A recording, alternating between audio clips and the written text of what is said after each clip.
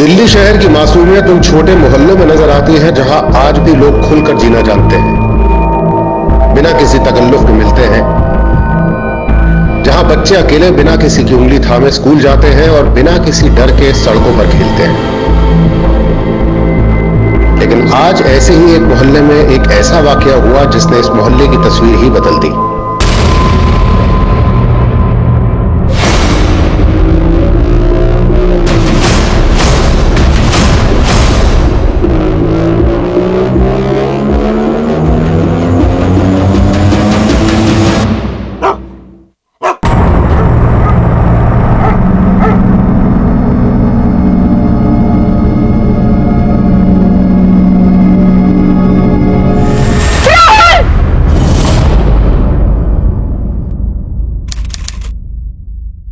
समीर, हम लोग सत्यनारायण जी की कथा में जा रहे हैं, शर्मा जी के यहाँ। तुम एक काम करो, आज राहुल को ट्यूशन से तुम लेके आओ, 12 बजे पहुंच जाना।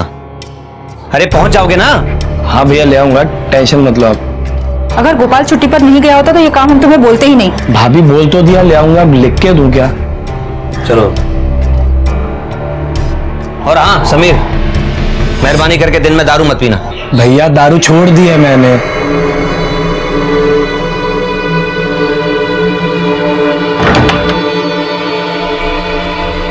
हेलो भैया, भाभी निकल गए, मैं आता हूँ।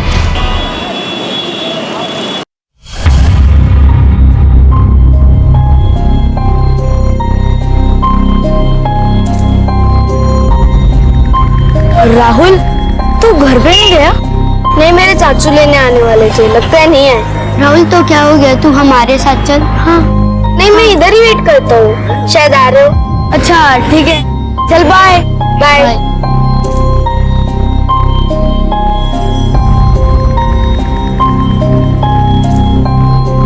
अंकल, एक प्लेट गोलगप्पे देना।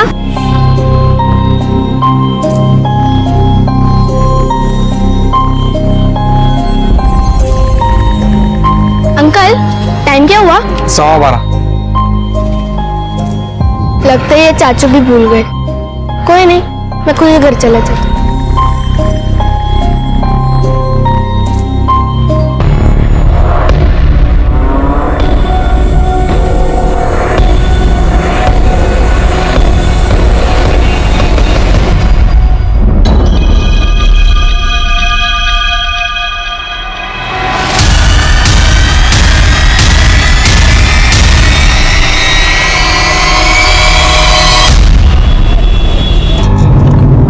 लेट हो गया। समीर गया होगा ना राहुल को ट्यूशन से लेने के लिए? बिल्कुल गया होगा, जब एक बार उससे कह दिया तो जाएगा नहीं। इतना बुरा नहीं है वो। पता है कैसा है समीर? ये कौन फोन कर रहा है बार बार? देखना जरा संगीता कौन है। हेलो, वो एक्चुअली पीयूष गाड़ी। क्या राहुल? राहुल कहाँ पर है? क्या हुआ? राहुल गाड़ी साइड में ले। राहुल क्या? कहाँ है राहुल? प्लीज हम बात करो, गाड़ी साइड में लगाओ ना। हेलो, कौन बोल रहा है? राहुल मेरे पास है, अगर वापस चाहिए तो 15 लाख रुपए लगेगा। क्या? और पैसा कहाँ लाना है मैं फोन करके बताऊंगा। हेलो हेलो हेलो हेलो, कौन बोल रहा है? हेलो, किसका फोन है? राहुल कहाँ है? राहुल कहाँ है? तुम शांत रहो। राहुल घर नहीं पहुंचा, इसका मतलब समीर लेने नहीं गया राहुल को। घर पहुंचो पहले।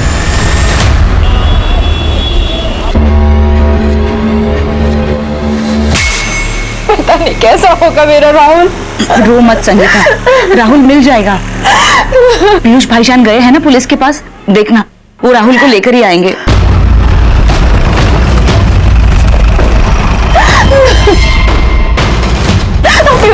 कहाँ गए? कुछ भी नहीं पता चला किसने किया था हमें कॉल। उसने दोबारा फोन नहीं किया, लेकिन और मैं उसका नंबर पुलिस स्टेशन में देकर आ रहा हूँ। वो मैं दोबारा कॉल करने वाला था, उसने कॉल क्यों नहीं किया? उसने फोन नहीं किया, ये मैं कैसे बता सकता हूँ?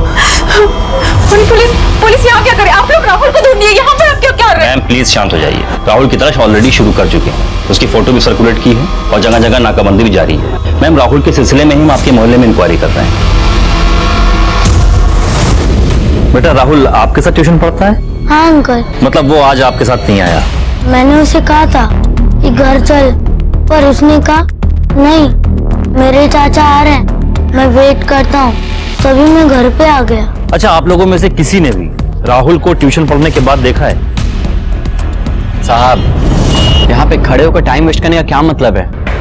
और आपको क्या लगता है ये जो किडनैपर है हमारे बीच में खड़ा है और आपके सवालों का जवाब देगा वो? देखिए, मेरी बात समझिए। हाँ सही बात है, हमसे सवाल करके आपको क्या मिलने वाला है? देखिए, मैं जो कुछ भी कर रहा हूँ राहुल की भलाई के लिए कर रहा हूँ, इसीलिए आप लोगों से इंक्वायरी करनी पड़ रही है। तब तक राहुल को कुछ हो गया तो उसकी जिम्मेदार कौन रहेगा? यही तो काम है इनका, दिखावा करते रहना और आए दिन बच्चे गायब होते रहे।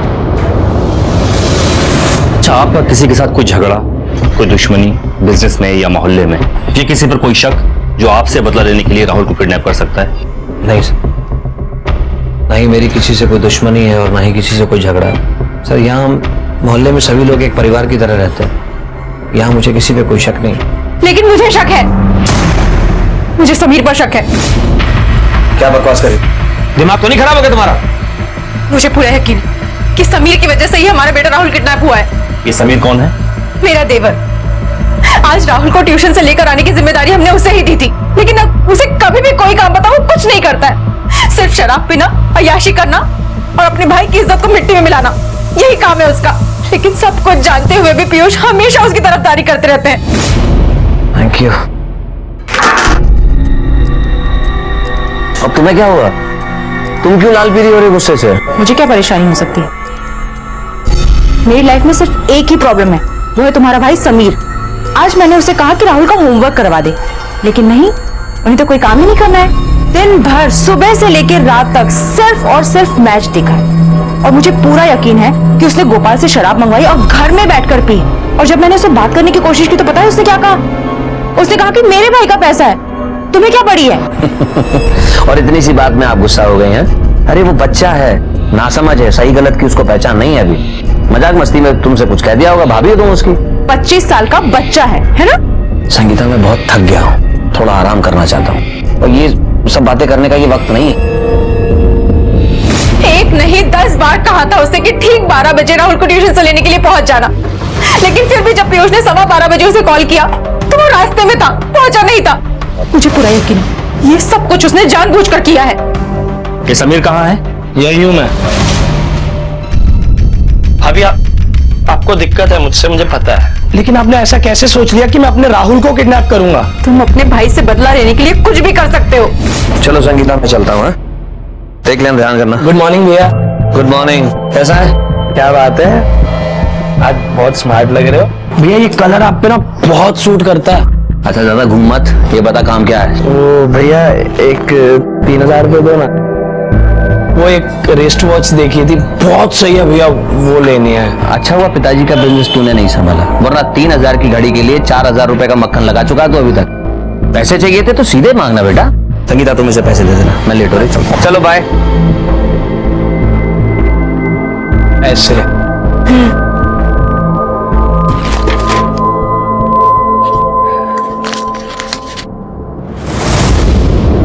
समीर, ये क्या है?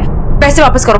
अरे क्या भाभी, क्यों क्या करती रहती हो? कल समझाया था ना आपको, मेरे भाई का पैसा है, जितना मर्जी लो, आप कोई नहीं होती रोकने वाली। पीयूष, लाइक आज अगर गाड़ी की चाबी नहीं भूला होता ना तो तेरा असली चेहरा देखने से बाकी रह जाता मैं। तेरी भाभी ने मुझे हर बार समझाया, समीर ऐसा है, समीर वैसा है, मुझसे शिकायत करती रही। मैं इसको समझाता रहा कि नहीं वो बच्चा है, वो मान जाएगा। ये सिला दिया तूने। भैया आप गलत। मैं गलत नहीं समझ रहा हूँ और आज के बाद तू एक बात कान खोल के समझ ले, मुझसे 1 रुपए की भी उम्मीद मत करना। जानती हो, बाबूजी गुजरने से पहले बोल के गए थे कि इसका ध्यान रखना। मैंने जरूरत से ज्यादा ध्यान रखा, एक भाई की तरह नहीं, एक बाप की तरह पाला तुझे। एक बात ध्यान रख ले, 1 महीना है तेरे पास, सिर्फ 1 महीना। या तो 1 महीने में ऑफिस ज्वाइन कर, तनख्वाह लेके काम कर, नहीं तो कोई और काम ढूंढ। और अगर दोनों काम नहीं होते तो घर से बाहर निकल जा। चलो यहां से जाओ। अरे आस्तीन के साथ मैंने घर में ही बाल रखे हैं, तुम ये रखो। तुम शांत हो जाओ पीयूष, और आई एम सॉरी, मेरी वजह से ये सब हुआ। देखो तुम सॉरी मत बोलो, ये तुम्हारी गलती नहीं। तुमने तो मुझे हर बार आगाह किया, अगर मैंने तुम्हारी बात मानी होती तो ये दिन देखने को नहीं मिलता। शराब के नशे में कुछ भी कर सकते हो। भाभी मैं इतना गिरा हुआ इंसान नहीं हूँ जितना आप। समीर, कोई तो तुमने राहुल को किडनैप नहीं किया? नहीं किया सर। अच्छा, तो फिर राहुल को सही टाइम पर ट्यूशन से लेने तुम क्यों नहीं गए थे? सर वो बोलो। सर राहुल की ट्यूशन के वक्त मैं टिप्सी बार में था एक फाइनेंसर के साथ। सर इस प्रोजेक्ट में मैंने पूरी स्टडी की है। It's a one time investment and sir हम 1 साल में अपना सारा पैसा रिकवर कर सकते। यार राहुल को लेके आना था ट्यूशन से। हाँ भैया, हाँ भैया मैं बस 2 मिनट में पहुंच रहा हूँ, रास्ते में हूँ। सर वो मैं फाइनेंसर को कन्विंस करने के चक्कर में मुझे टाइम का पता नहीं चला और फिर भैया का फोन आया तो मैं राहुल की ट्यूशन पे भागा गया। तब तक सर राहुल वहां से चला गया था। सर मुझे नहीं पता राहुल कहाँ है, मैंने कुछ नहीं किया सर। भाभी अब जिसकी कसम बोलो मैं उसकी कसम खाता हूँ, लेकिन मैंने कुछ नहीं किया भाभी। मुझे अपनी गलती समझ में आई थी, इसलिए मैं अपने आप को प्रूव करना चाहता था, इसलिए मैंने आपको बिना बताए फाइनेंसर से मिलने जा रहा था। उस बार की और उस फाइनेंसर की सारी डिटेल तुम मुझे दोगे? जी सर।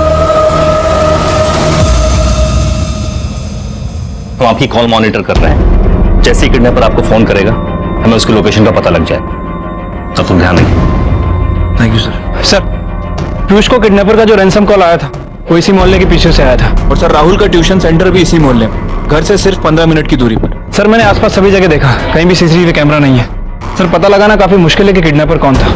इसका मतलब किडनैपर इसी मोहल्ले का है, तो यह भी हो सकता है कि राहुल भी यही कहीं है। पीयूष, आपके घर पे जो रैंसम के लिए कॉल आया था उसकी लोकेशन इसी मोहल्ले की है, तो यह भी हो सकता है कि राहुल और किडनैपर दोनों यहीं कहीं हो। इस मोहल्ले से? अगर राहुल यहीं कहीं है तो मैं उसे जरूर ढूंढ निकालूंगा। हाँ भाई चल हम चलते हैं।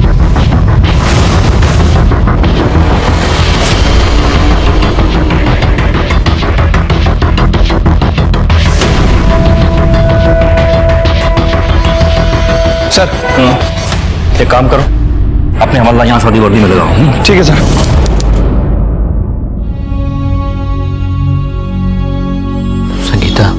संगीता तुम रात भर से नहीं सोई, आखिर इस सोफे पे कब तक बैठी रहोगी?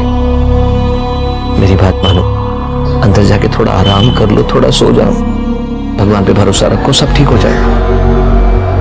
अब तो भगवान पर भरोसा तभी होगा जब मेरा राहुल सही सलामत वापस आ जाएगा।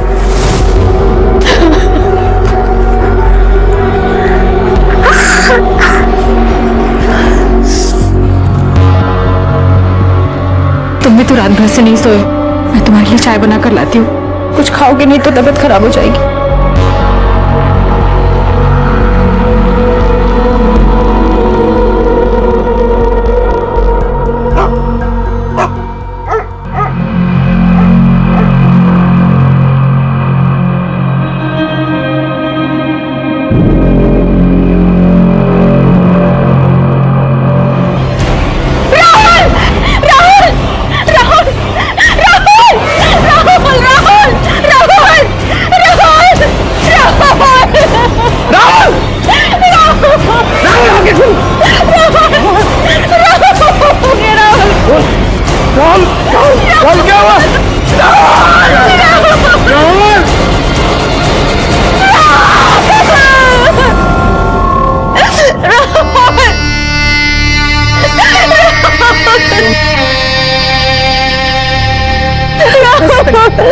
बस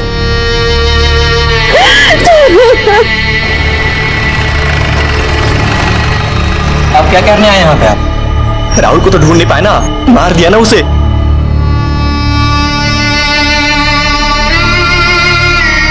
बॉडी कहाँ मिली? पीछे वाले गेट पर संगीता ने गेट खोला।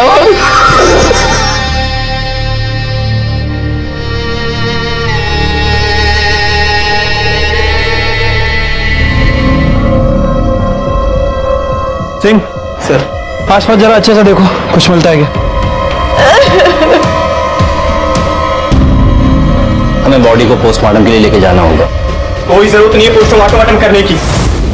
बेचारे जीते जी बच्चे को तो आपने मार डाला, आप पोस्टमार्टम करके क्या उखाड़ लेंगे? पीछे हटिए और हमें हमारा काम करने दीजिए, समझे आप? ऐसे कैसे ले जा सकते हैं आप बॉडी को? देखिए प्लीज आप हमें हमारा काम करने दीजिए, प्लीज।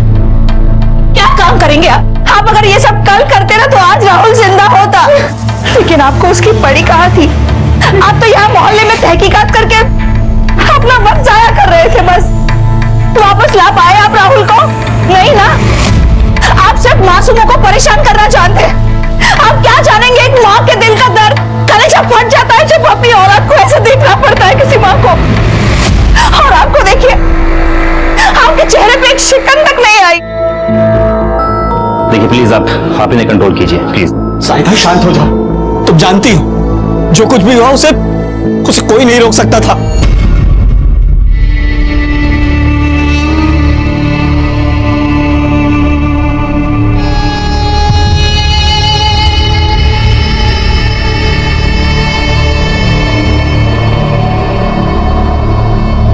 चलिए मान लिया कि आप लोगों में बहुत भाईचारा, बहुत अच्छी बात, लेकिन फिर भी एक बात ये याद रखिए कि फिरौती का फोन इसी मोहल्ले से आया था।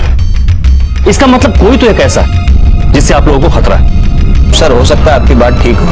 आप भी तो देख रहे हैं ना, इस मुसीबत में पूरा मोहल्ला हमारे साथ अभी भी खड़ा है। कैसे शक करें किसी पर? कुछ याद करके बताइए कि जब से राहुल किडनैप हुआ तब से लेकर अब तक ऐसा कौन है जो यहां मौजूद नहीं है? सर इसका मतलब वो किडनैपर हो सकता है शायद। कुछ अच्छे से याद करिए और बताइए कल से कि यहां कौन कौन गायब है। सर शिव अय्यर, अय्यर अंकल का बेटा कल वो सुबह से ही गायब है सर। तुम्हें कैसे पता? सर मेरे पड़ोसी हैं, कल जब वो सुबह जा रहा था तो मैंने उसे जाते हुए देखा था। अजय बत्रा, कल रात को यहाँ कम्युनिटी की पूजा थी। वो बहुत पूजा पाठ करता है, लेकिन कल वो पूजा में आए नहीं। मैंने पता किया तो पता चला कि उसे कोई अर्जेंट कॉल आया, फिर वो चला गया। श्याम कपूर भी तो पूजा के बीच में से उठकर चला गया था ना। लेकिन वो तो दुबई में रहते, आते जाते रहते। सर गोपाल भी तो हो सकता है। गोपाल? सर कल सुबह ही वो छुट्टी लेके अपने गांव चला गया था। ये गोपाल कौन है पीयूष? काम करता है घर में सर, सर्वेंट है हमारा। मुझे बोला पिताजी की तबीयत खराब है, मुझे जाने दो, मैंने जाने दिया। उसका एड्रेस पता कुछ? मेरे एक दोस्त के कहने पे मैंने उसे रख लिया था सर, मेरे पास एड्रेस नहीं है उसका। अच्छा मोबाइल नंबर कोई? रमेश या तो अपनी एक टीम तैयार करो और इन चारों सस्पेक्ट को ट्रैक करो, उनकी कॉल रिकॉर्ड निकलवाओ और इनकी लोकेशन भी पता करो। अजय, श्याम, शिव और गोपाल। हो सकता है कि राहुल की किडनैपर और कातिल इन्हीं चारों में से कोई एक हो। एक भीड़ भाड़ वाले मोहल्ले से एक बच्चा गायब हुआ था। बच्चा जो उसी मोहल्ले का था। कोई उसके लिए चाचा था, कोई ताऊ था, कोई दादा था। फिर इन अपनों में से किसने उसको गायब किया था? अब तक की तहकीकात में 4 नाम संदिग्ध के तौर पर सामने आए। घर के सर्वेंट गोपाल का फोन स्विच ऑफ आ रहा था। पुलिस ने उसका फोन भी सर्विलेंस पे डाल दिया था और उसके कॉल रिकॉर्ड्स निकलवाने के लिए भी अर्जी दे दी थी। ये 13 तारीख के दिन इनमें से किसी ने आपके यहाँ से कॉल किया था क्या? नहीं सर, इनमें से तो कोई नहीं आया था। आपको पक्का यकीन है? पक्का सर। अच्छा, ऐसा कोई आदमी है जिसकी हरकत आपको सस्पिशियस लगी हो? नहीं साहब, ऐसा तो कोई नहीं। ठीक है, थैंक यू। श्याम कपूर, जिस दिन राहुल का किडनैप हुआ था उससे पिछली वाली रात श्याम कपूर की तो दुबई की फ्लाइट थी, तो फिर ये राहुल को किडनैप कैसे कर सकता है? और अजय बत्रा? सर इस अजय बत्रा के बारे में मैंने इन्फॉर्मेशन निकाली है। सर अजय बत्रा और इसका दोस्त सोमेश, ये दोनों एक क्लब की मेंबरशिप के फ्रॉड में इन्वॉल्व थे। सोमेश उस दौरान इसके पैसे लेकर फरार हो गया। सर अजय बत्रा ने अपने दोस्त से तकरीबन 10-12 लाख रुपए उधार लिए थे एसयूवी कार खरीदने के लिए, और सर अभी इसके ऊपर तकरीबन 10-12 लाख रुपए वापस लौटाने का प्रेशर है। मतलब अजय पैसों को लेकर के किडनैपिंग कर सकता है? कर तो सकता है सर, हम इसकी फैमिली के कॉल्स रिकॉर्ड कर रहे हैं। सर जैसे ये कॉल करेगा हम इसे पकड़ लेंगे। Yes doctor Garg. Hello inspector साहब, राहुल अग्रवाल की पोस्टमार्टम रिपोर्ट आ चुकी है और कुछ इंपॉर्टेंट इन्फॉर्मेशन है जो शायद आपके काम की हो सकती है। आप अगर यहाँ आ सके तो मैं आपको डिटेल में समझाऊं। ठीक है, हम अभी आते हैं। राहुल की मौत दम घुटने से हुई है और किडनैपिंग के 2 से 4 घंटे के अंदर ही वो मर चुका था। शायद इसीलिए किडनैपर ने दोबारा रैंसम के लिए कॉल नहीं किया। हो सकता है। एक इंटरेस्टिंग फैक्ट है, राहुल के नाखूनों से हमें ब्लड और स्किन के सैंपल्स मिले। लगता है बच्चे ने मरने से पहले अपने आप को बचाने की काफी कोशिश की है। शायद इसीलिए उसे जान से मारते वक्त या उसे बांधते वक्त किलर के ब्लड और स्किन के ट्रेसेस बच्चे के नाखून में आ गए। इसका मतलब किडनैपर या मर्डर वो जो भी है, उसकी बॉडी पे, खास करके चेहरे पे या हाथों पे या फिर गले पे खरोच के निशान होंगे। जी बिल्कुल, और बल्कि ये निशान अभी ताजे होंगे। अगर ऐसा कोई सस्पेक्ट आपको मिलता है तो समझिए आपको आपका किलर मिल गया। अब वो जो कोई भी था सर, हम लोगों ने तो अपना बच्चा खो दिया। हम आपकी अब क्या मदद कर सकते हैं? समीर, समीर, हाथ दिखाओ।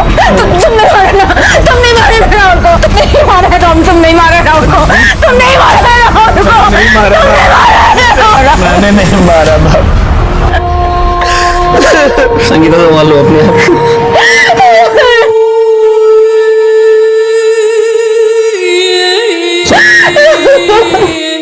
पीयूष, हमें आपकी मदद चाहिए। सर हम आपकी क्या मदद कर सकते हैं? आप अपने बच्चे तक को तो बचा नहीं सके।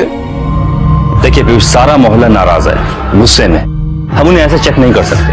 हम चाहते हैं कि राहुल की शोक सभा में जितने भी लोग आए, हम उन पर पैनी नजर रखें। ठीक है सर। मौके की संजीदगी को देखते हुए, ये जानते हुए भी कि राहुल की शोक सभा में पूरा मोहल्ला आएगा, पुलिस ने दूरी बनाए रखी, पर उनकी कड़ी निगाह हर आने जाने वाले पर थी। यहाँ तक कि संगीता और पीयूष भी आंखों में आंसू लिए अपने बेटे के कातिल को ढूंढ रहे थे। पुलिस और राहुल के माँ बाप दोनों को उम्मीद थी कि आज कातिल पकड़ा जाएगा, पर ऐसा हुआ नहीं और उन्हें हताशा ही हाथ लगी।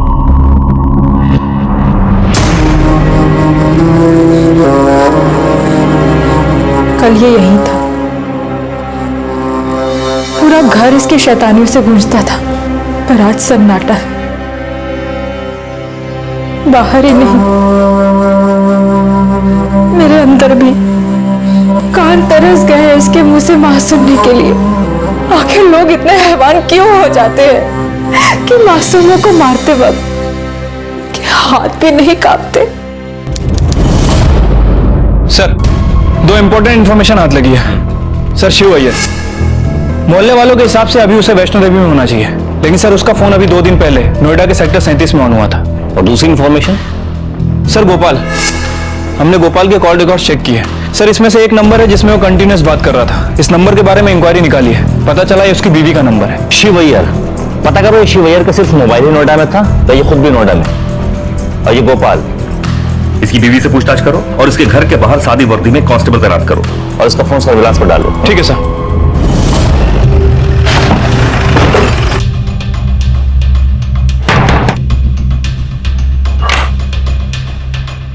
जी, गोपाल को बुलाओ, कुछ बात करनी है। वो तो 2 दिन से घर पर नहीं है। घर पे नहीं आया, फिर झूठ बोल रही हो। सर, झूठ क्यों बोलूंगी? बबली, कहाँ जा रही हो अकेले? तुझे कितनी बार बोला है कि अकेले बाहर मत निकला कर? चल घर में। क्या दिन आ गए, आजादी से बच्चे बाहर खेलने भी नहीं जा सकते। क्या करेंगे भाई, पिछले 6 महीने में इस मोहल्ले में दूसरे बच्चे की मौत है। राहुल का तो किडनैप हुआ है, पर जूनी, उसकी मौत अचानक से क्यों और कैसे हुई कुछ समझ में नहीं आया। कौन जूनी चाचा? क्या हुआ था उसे? वो जाहिदा और फिरोज की बेटी 8 साल की बच्ची थी, 2 दिन से किसी को दिखाई नहीं दी। फिर पता चला बच्ची मर गई, कब्रिस्तान में दफना दिया उसे। बड़ी प्यारी बच्ची थी। पर चाचा, बच्ची की मौत कैसे हुई? क्या बताऊं बेटा, जाहिदा और फिरोज का तो ये कहना है कि वो टीवी पे कुछ देखा था और वैसा ही करने के लिए मुंह को पन्नी से बंद किया और खोल नहीं पाए और दम घुटने से मौत हो गई। पर क्या कहें, छोड़ो बेटा। बोला ना चाचा, पर क्या? पर किसी को भरोसा नहीं उनकी इस कहानी पे। राहुल का केस अभी सुलझा भी नहीं था कि पुलिस को एक और केस का सिरा हाथ लगा। पुलिस ने बिना किसी शिकायत के दर्ज हुए भी इस केस की तह तक जाने की ठानी। बेशक पूरा मोहल्ला पुलिस पर तमाम तरह की तोहमतें लगा रहा था, पर पुलिस अपनी जिम्मेदारियों से चूकने को तैयार नहीं थी और राहुल ही नहीं, किसी भी पीड़ित को न्याय दिलाने को प्रतिबद्ध थी। सर, अगर आप उस दिन वाली बात के लिए आए हैं तो जाहिदा की तरफ से मैंने आपसे माफी मांग ली थी। अगर आप चाहें तो मैं दोबारा आपसे जूनी की मौत कैसे हुई थी हम ये जानने आए। क्या हुआ था उस दिन? मेरी जूनी। सर, जूनी बच्ची थी, उसने टीवी पे कोई प्रोग्राम देखा था शायद, और वही घर में अपने ऊपर ट्राई करने की कोशिश कर रही थी। उसने पॉलीथीन से अपना चेहरा ढक तो लिया था, लेकिन वक्त रहते उतार नहीं पाई और फिर दम घुटने से उसकी मौत हो गई। उसका डेथ सर्टिफिकेट तो होगा आपके पास? जी आइए। सर, जब ये वाकया हुआ तो हमने फौरन अपने फैमिली डॉक्टर को बुला लिया। क्या नाम है उनका? डॉक्टर अब्बास रिजवी। इंस्पेक्टर, बच्ची ने अपना सर पॉलीथीन में डाला था और नायलॉन के धागे से गर्दन में उसके इर्द गिर्द उसने बांध दिया था। शायद टाइम पर वो उसे खोल नहीं पाई, इसलिए दम घुटने से उसकी मौत हुई है। मैंने चेक किया था। आपके बताने के तरीके से तो ऐसा लग रहा है जैसे ये रोजमर्रा की कोई घटना हो। आपको नहीं लगता डॉक्टर कि ये आम बात नहीं है? हाँ, ये आम बात नहीं है, लेकिन मैं इन्हें इनके अब्बा के टाइम से जानता हूँ, इसलिए मुझे कभी लगा ही नहीं कि इस हादसे को ये गलत शक्ल देने की कोशिश कर। इसलिए मैंने पुलिस को इन्फॉर्म नहीं किया। अब तो आपको तसल्ली हो गई ना सर? तसल्ली तो मुझे तब होगी जब मैं जूनी की बॉडी का फॉरेंसिक टेस्ट करा लूंगा। लेकिन उसको दफनाए हुए तो 6 महीने हो गए। मालूम है, लेकिन उसकी बॉडी को बाहर निकालना ही होगा। फिरोज की कहानी वाकई भरोसे लायक नहीं। क्या तुमने कंफर्म किया था? हाँ सर, इन तीनों सस्पेक्ट में से सिर्फ गोपाल को छोड़कर जिस दिन जूनी गायब, शिव अय्यर और अजय बत्रा 3 दिन तक शहर में नहीं थे और तब तक दिखाई नहीं दिए जब तक जूनी के पेरेंट्स ने उसकी मौत के बारे में सबको नहीं बता दिया। इसका मतलब जूनी और राहुल की केस पे कोई ना कोई तो कनेक्शन है। सर, गाजियाबाद के एक होटल से अजय बत्रा ने अपनी फैमिली को कॉल किया है। उसकी लोकेशन ट्रेस हो चुकी है, उठाओ उसे।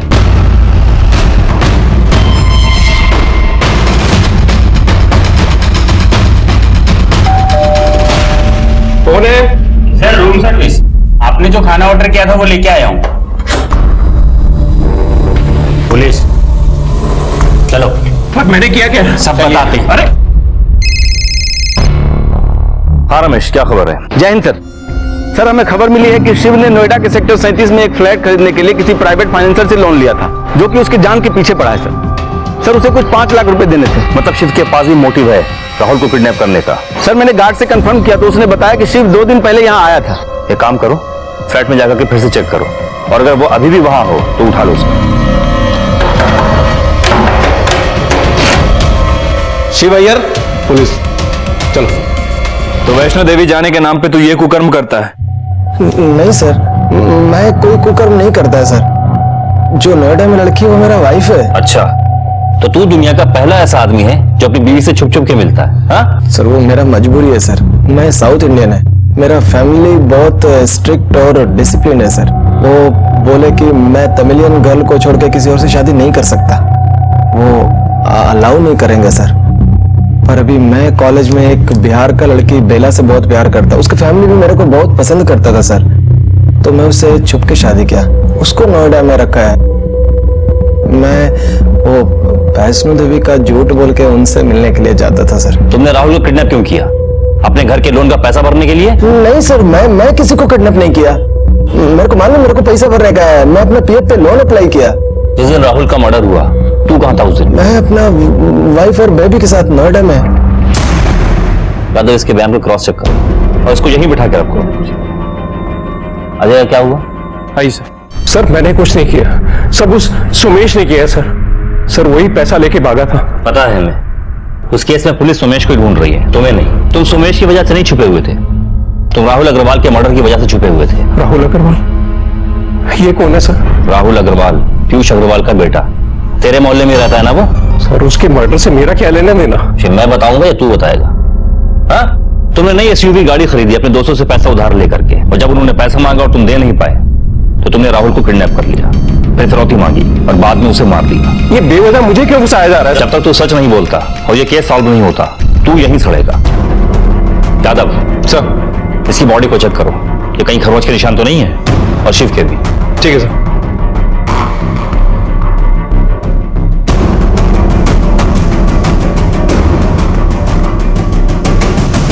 जूनी की मौत प्लास्टिक बैग के कारण दम घुटने से नहीं हुई थी, उसे मारा गया था, वो भी बड़ी बेरहमी से। उसका विंड पाइप जो ऑक्सीजन देता है फेफड़ों को, उसे बुरी तरह कुचल दिया गया था। क्या छिपा रहे हैं आप हमसे?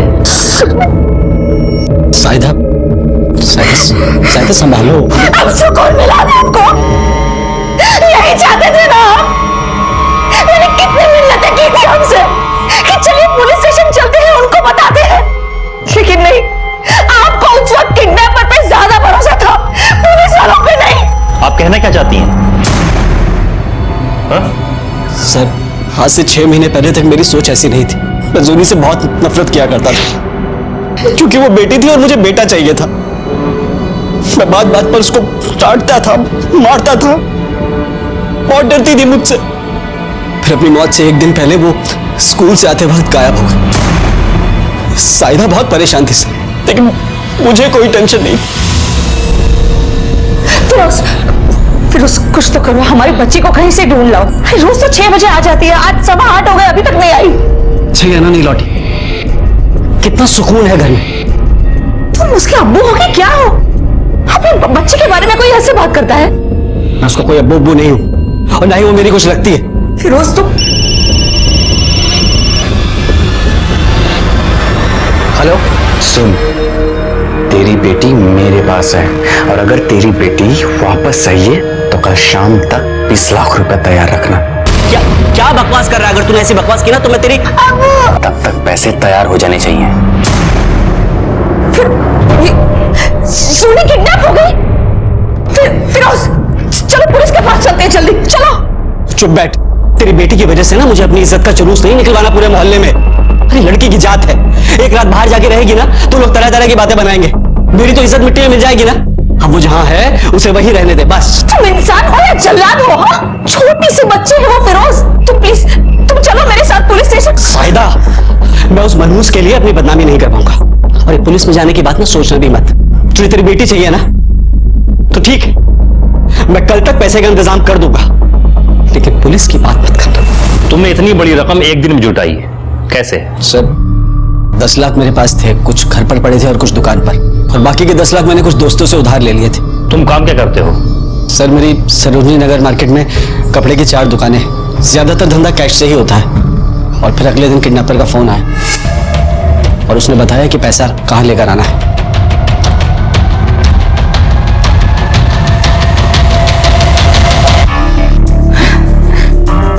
फिरोज पैसे दिए हुए घंटों बीत गए, आधी रात हो गई है। पैसे देने के बाद अब कितने घंटे हो गए, अभी तक जूनी क्यों नहीं आई? फिरोज आ जाएगी। ये लो, ये ले आ गई तेरी बेटी मेरे 20 लाख का नुकसान करवा के। सोनी सोनी सोनी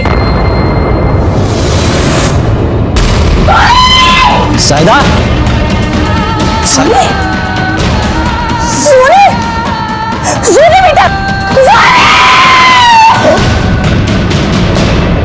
उस जानवर ने पैसे मिलने के बाद भी मेरी बेटी को मार डाला। मैं अपनी बच्ची को इंसाफ दिलाना चाहती थी, मैं पुलिस के पास जाना चाहती थी, लेकिन फिरोज ने मुझे रोक लिया क्योंकि इनको डर था कि सूनी के साथ इनकी बदसलूकियों के बारे में सबको पता चल जाएगा, और इसलिए इन्होंने वो पॉलीथीन वाली कहानी घड़ी और सबको सुना दी। और डॉक्टर रिजवी, उन्हें भी शक नहीं हुआ? सर वो एक जमाने से हमारी फैमिली डॉक्टर है, उनको मैंने जो बताया उन्होंने उस पर भरोसा कर लिया और सुनी का डेथ सर्टिफिकेट बनाकर दे दिया, और फिर मैंने फौरन ही सुनी को दफना दिया।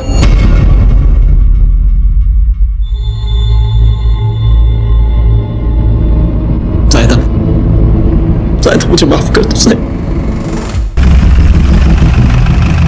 जूमी और राहुल के केस में मॉडस ऑपरेंडी सेम है। इसका मतलब ये दोनों काम, कत्ल और किडनैपिंग, एक ही आदमी ने की है जो उनके मोहल्ले का है, जो अभी तक हमारे हाथ में लगा है।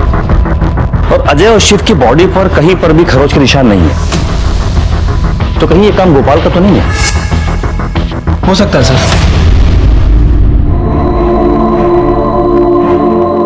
आखिर क्या हो गया है इस समाज को? इंसानियत तो जैसे बची ही नहीं। भगवान का रूप माने जाने वाले बच्चों को सिर्फ पैसों की भूख मिटाने के लिए शिकार बनाया जा रहा है। लेकिन याद रखें, ऐसा करने वाले हम माओ की बददुआएं उन्हें कभी चैन से जीने नहीं देगी।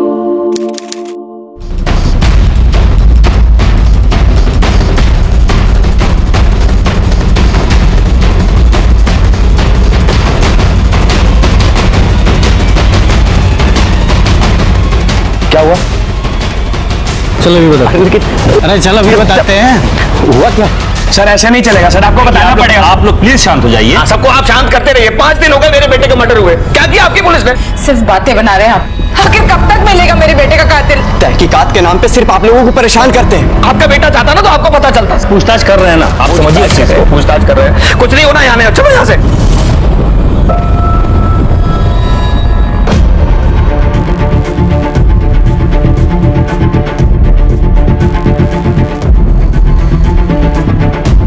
अब तो कोई ऑफिशियल स्टेटमेंट देना ही होगा, वरना ये लोग शांत नहीं होंगे। देखिए, ऐसा नहीं है कि इस केस में कोई प्रोग्रेस नहीं हुई है, हम जल्दी कातिल को पकड़ लेंगे।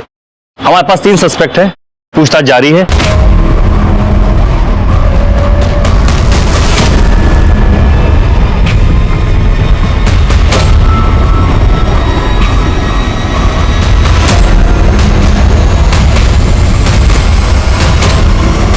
हमारी मेहनत कामयाब होने वाली। Excuse me.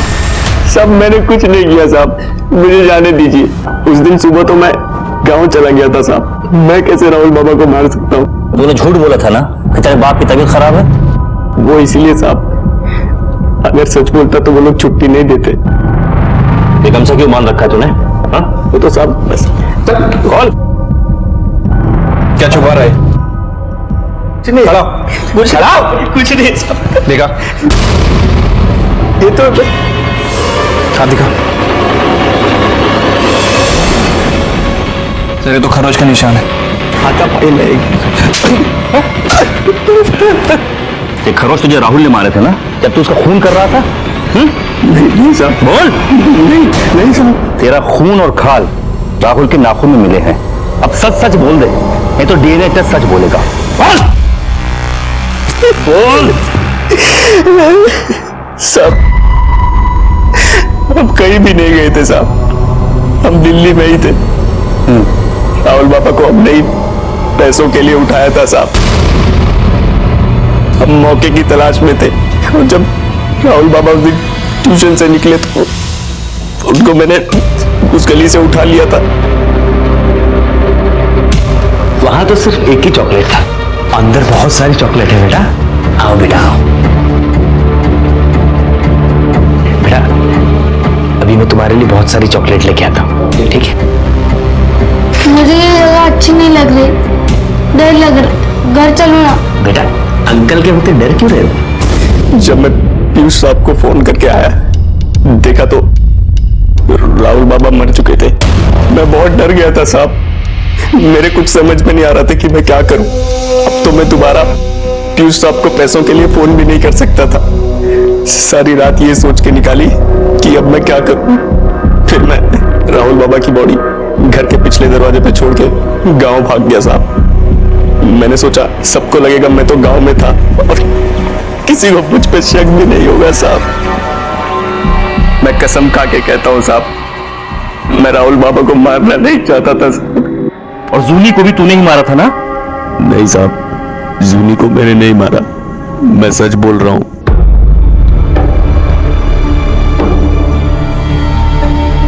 क्या हुआ सर?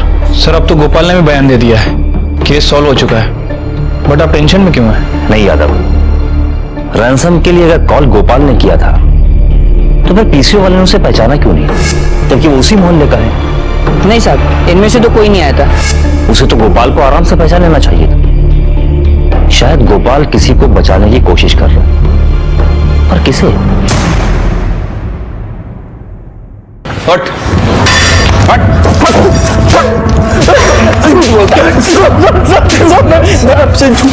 मैं आप लोगों से झूठ क्यों बोलूंगा साहब? तू ऐसे नहीं मानेगा। यादव एक काम करो, इसे गांव महेंद्रगढ़ जाओ और वहां खाप पंचायत को बता दो कि उसकी बीवी और बच्चा दिल्ली में कहाँ रहते। गाँव वो नहीं जा सकते सर। क्यों?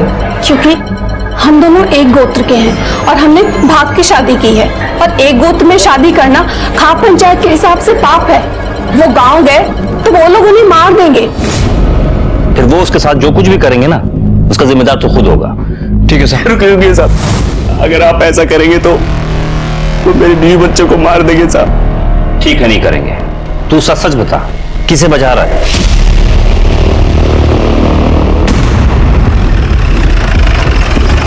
एक मिनट सर, आपने कहा था कि आपके पास 3 सस्पेक्ट है, तो इसका क्या किया आपने? और राहुल को किसने मारा?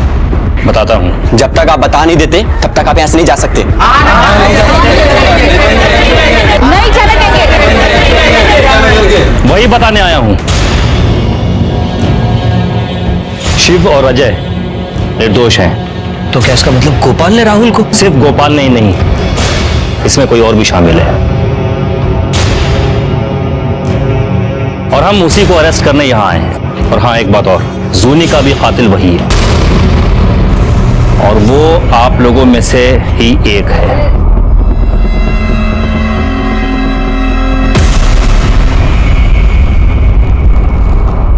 पुलिस है।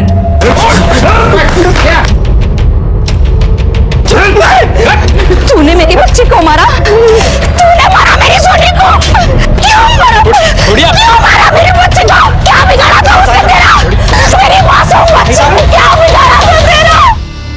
क्यों मारा मेरी सोनी को तूने?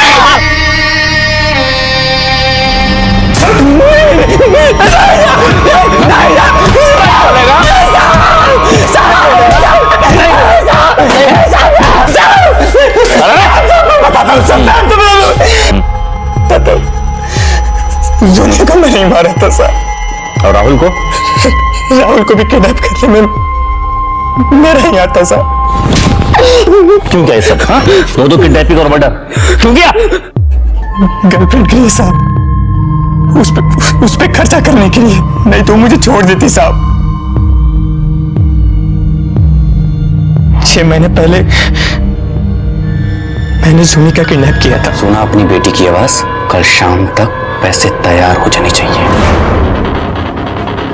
और मुझे 20 लाख रुपए मिल गए, पर मैं साहब जोनी को जिंदा नहीं छोड़ सकता था, क्योंकि मुझे वो पहचानती थी, इसलिए मैंने उसे मारकर उसके घर पे फेंक दी।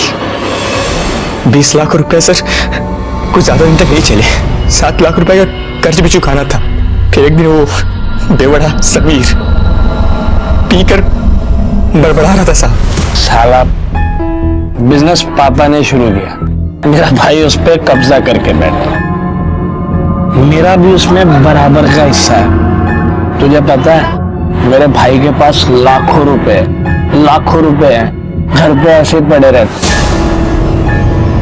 तभी मैंने प्लान बनाया कि राहुल को मैं किडनैप करूंगा और सारा शक समीर पे जाएगा, और वो गोपाल को मैं अपने साथ मिलाया। धमकी देगा कि तू उसके गांव जाएगा और खाप पंचायत को बता देगा कि उसकी बीवी और बच्चा दिल्ली में रहते हैं, और वो डर जाएगा क्योंकि उसने अपने ही गोत्र की लड़की से शादी की थी।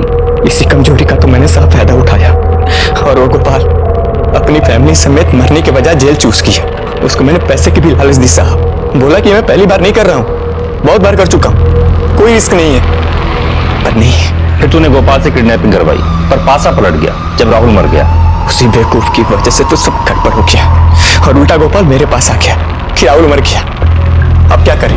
मैंने बोला कि तू कुछ दिनों के लिए अंडरग्राउंड हो जा, जब तक सब ठीक नहीं हो जाता, और वो चला गया साहब। पुलिस को बेवकूफ समझता है? हाँ?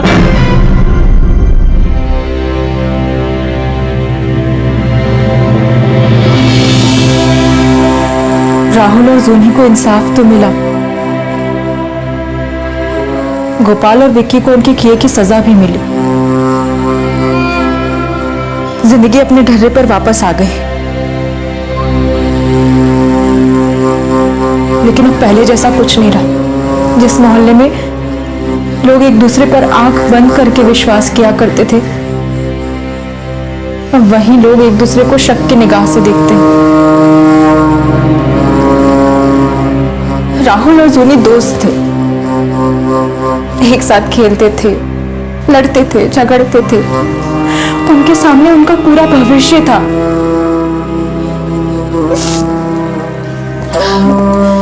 मेरी हर माँ बाप से विनती है कि वो समाज के सुधरने का इंतजार ना करें।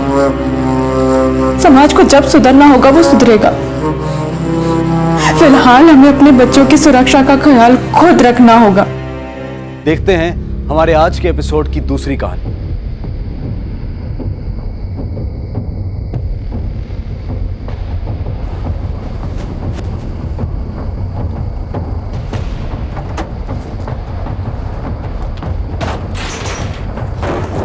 मेरी जिंदगी जितनी चुनौती भरी थी, मेरी मौत उतनी ही रहस्यमयी। मैंने कभी सपने में भी नहीं सोचा था कि मुझे जिंदा ही मार दिया जाएगा।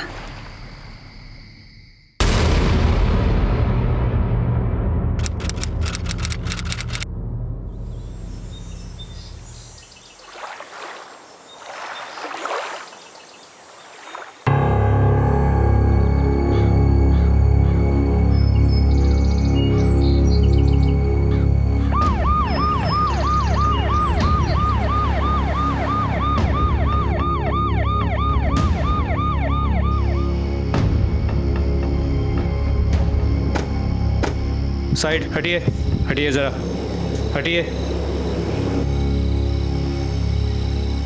साहब, हम लोग यहाँ सफाई का काम कर रहे थे, तभी ये ड्रम किनारे पे आया। बहुत बदबू मार रही थी साहब, इसलिए आपको फ़ोन किया था। ड्रम को फेंकते वक्त किसी को देखा था? नहीं साहब, वैसे तो ये ड्रम काफी महीनों से यहाँ पड़ा हुआ था। फॉरेंसिक को बुलाओ।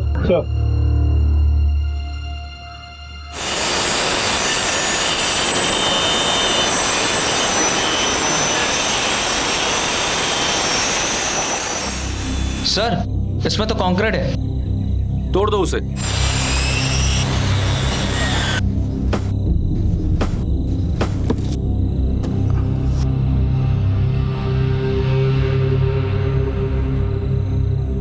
एक मिनट रुको रुको।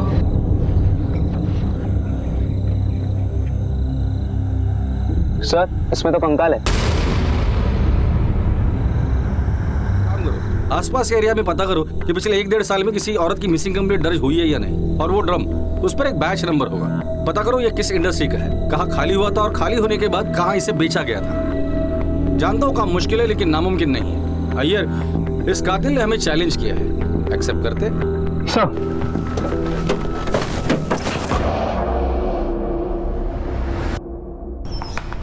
Very good, what a shot, very good बेटा। बेटा लेके आओ ना बॉल, मैं थक गया हूं।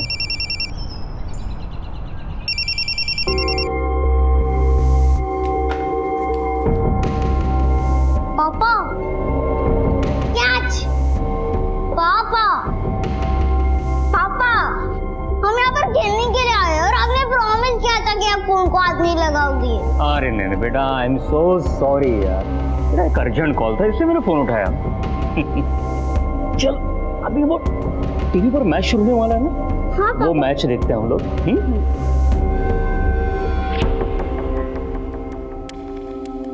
और हम फिर से मैच खेलने जाएंगे। हाँ ठीक है पापा। तो बेटा टीवी ऑन करो।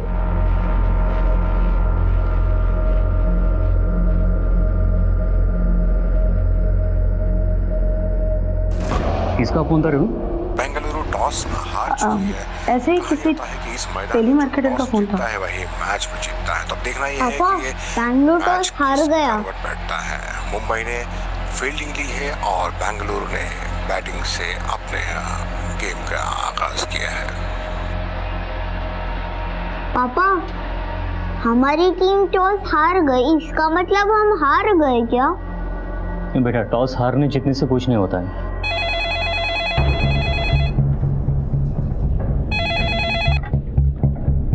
Hello, wrong number.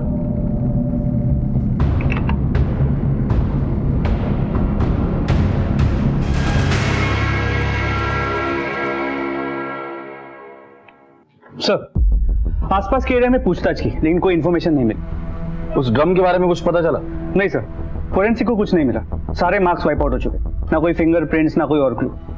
जो लोग ये ड्रम्स बनाते हैं हमने उनसे पूछताछ की। उन्होंने कहा कि वो ये ड्रम्स कर्नाटका, केरला और तमिलनाडु की कई सारी कंपनीज को सप्लाई करती है। वहां से इनमें केमिकल भर के अलग अलग जगहों पे भेजा जाता है। फिर ये केमिकल्स खाली करके ये ड्रम को स्क्रैप में बेचा जाता है। लोग जनरली इस ड्रम में पानी भर के घर में रखते हैं, तो ये ड्रम किसने कहाँ से खरीदा ये पता कर पाना बहुत मुश्किल। और ये जो पायल मिला था उसके बारे में कुछ पता चला? नहीं सर, बहुत ही कॉमन डिजाइन है, किसी लोकल सुनार ने बनाया होगा, पर उस पर कोई स्पेशल मार्क भी नहीं। मतलब डेड एंड, हमारे पास कोई भी क्लू नहीं है। सर, हमें उस स्केलेटन से एक क्लू मिला है। स्केलेटन की हील की हड्डी में ये स्क्रू रखा था।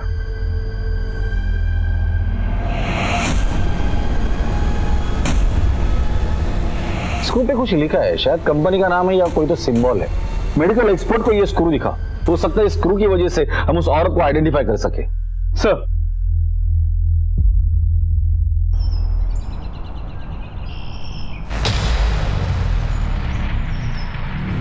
माँ क्या हुआ, हम भाग क्यों रही है?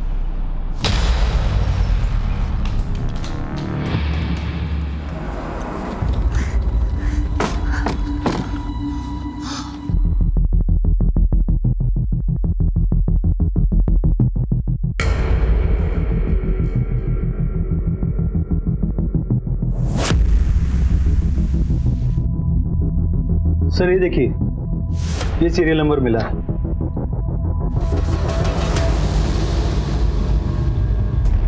एकमात्र मिले मलोलर स्क्रू के आधार पर केरला पुलिस ने अलग अलग राज्यों के अलग अलग शहरों की पुलिस से सहायता मांगी और 1 महीने के कठिन परिश्रम के बाद उनके हाथ कामयाबी लग ही गई।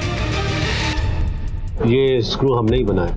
क्या बता सकते हैं कि इसका मैन्युफैक्चरिंग कब हुआ था और इसकी डिलीवरी कहाँ हुई थी? उसके लिए रिकॉर्ड देखना पड़ेगा। प्लीज 1 मिनट, मैं देख के बताता हूँ। सर, ये जनवरी 2014 को मैन्युफैक्चर हुआ था और ये बैच 2014 फरवरी को इसी शहर के केटी हॉस्पिटल में डिलीवर किया था। Thank you.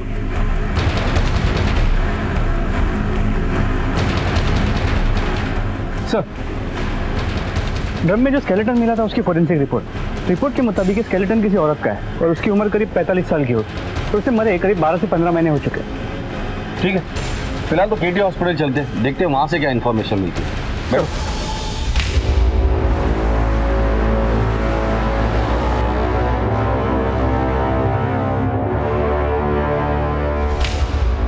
सर, मोलेलर स्क्रू के इस बैच से 50 साल की उम्र के आसपास की 4 औरतें थीं जिन्हें स्क्रू लगाया गया था।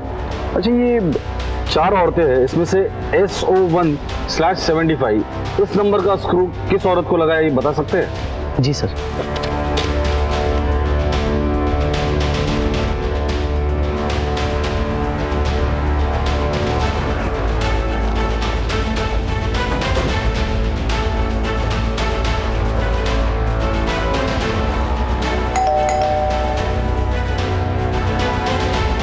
शांता का घर यही है? अम्मा बैंगलोर गई है मतलब? अम्मा को चिकन पॉक्स हुआ था, उसके इलाज के लिए वो बैंगलोर गई है। कब गई थी? पिछले साल जनवरी में गई है, पर जाने से कुछ महीने पहले उनके पैर की हड्डी टूट गई थी, तो उनका ख्याल रखने के लिए एक नर्स थी जो उनकी देखभाल करती थी। बस उसके बाद वो उसी के पास जाने की बात कर रही थी। 1 साल पहले तुम्हारी माँ को चिकन पॉक्स हुआ था। चिकन पॉक्स ठीक होने के लिए 1 साल तो नहीं लगता ना? खैर, आखिरी बार कब बात हुई थी उनसे? जब से वो गई है उनसे बात ही नहीं हुई है। तुम्हें ये जानने की कोशिश भी नहीं की तुम्हारी अम्मा है कहाँ, किस हालत में है? थोड़ा अजीब नहीं लगता? वो हमारी बनती नहीं थी। अम्मा, मैं रमन को छोड़ के आ गई, अब मैं यहीं रहूंगी। पता था मुझे यही होने वाला है। अरे कितना कुछ सोचा था तेरे लिए। गोपाल अन्ना के बेटे अशोक के साथ तेरी शादी तय कर दी थी, अच्छे से रहती वहां पे रानी बनकर, पर नहीं, तुझे तो उस भिखारी निकम्मे रमन के साथ ही मरना था और वहां भी नहीं रह पाई तू अच्छे से। अम्मा, अगर तू नहीं चाहती है ना कि मैं यहाँ रहूं तो मैं यहाँ से भी निकल जाती हूँ। मैंने अम्मा की मर्जी के खिलाफ शादी की थी, उसी बात को लेकर हमेशा अम्मा गुस्सा रहती थी। फिर उसके बाद उन्हें चिकन पॉक्स हुआ तो मुझे डर है कि तुम्हारी बीमारी इससे न लग जाए। तुझे इसकी चिंता करने की जरूरत नहीं है, मैं खुद ही यहाँ से चली जाऊंगी, बैंगलोर जाऊंगी समृद्धि के पास, वहीं जाकर अपना इलाज कराऊंगी और कभी वापस नहीं आऊंगी। जितने महीने साथ रहे, 1 मिनट के लिए भी हमारी बनती नहीं थी। फिर एक दिन मैं काम पे से वापस लौटी तो देखा अम्मा घर पर नहीं थी। मुझे लगा वो काम पे गई होगी। फिर जब वो नहीं लौटी तो मैंने 1-2 बार फोन ट्राई किया, अम्मा ने फोन ही नहीं उठाया। 1 साल पहले जब वो यहाँ से चली गई थी तो उसके अतीत में क्या हुआ था? किसी के साथ दुश्मनी थी, किसी के साथ झगड़ा हुआ था? मुझे क्या पता सर, पर आप ये सब क्यों पूछ रहे हैं? तुम्हारे अम्मा का मर्डर हुआ है, किसी ने उसकी लाश को ड्रम में डालकर सीमेंट कंक्रीट के साथ चुनवा दिया है। किसने मारा उसे?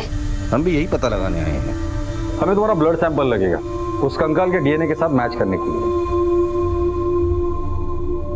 इस स्वाति की बात पे विश्वास नहीं हो रहा।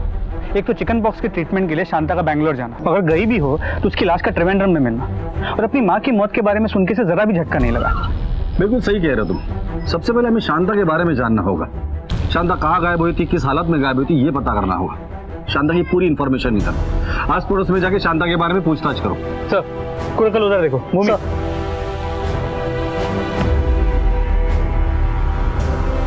सर, डीएनए रिपोर्ट से कंफर्म हुआ है कि बॉडी शांता की, और उसकी मोबाइल लोकेशन से पता चला कि वो शायद कभी तिरुवनंतपुरम के बाहर गई नहीं।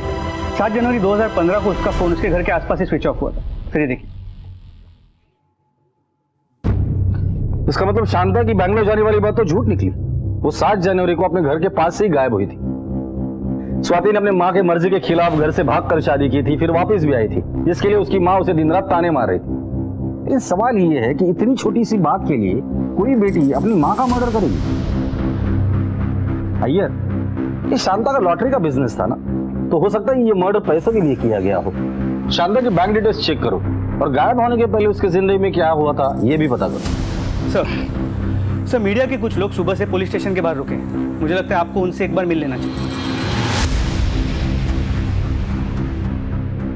तिरुवनंतपुरम लेक के पास पुलिस को ड्रम में एक औरत का कंकाल मिला है। बताया जा रहा है कि ये ड्रम पिछले 1 साल से यहाँ पड़ा है। आइए जानते हैं इन्वेस्टिगेशन ऑफिसर के नायर का इस केस के बारे में क्या कहना है। वो कंकाल एक औरत का था जिसका नाम शांता था और वो यहीं की तिरुवनंतपुरम की रहने वाली थी। ये मर्डर 1 से 1.5 साल पहले हुआ था और मुझे यकीन है उसके कातिल को हम जल्द से जल्द अरेस्ट करेंगे। सुमन, मेरे लिए जरा पानी लाना।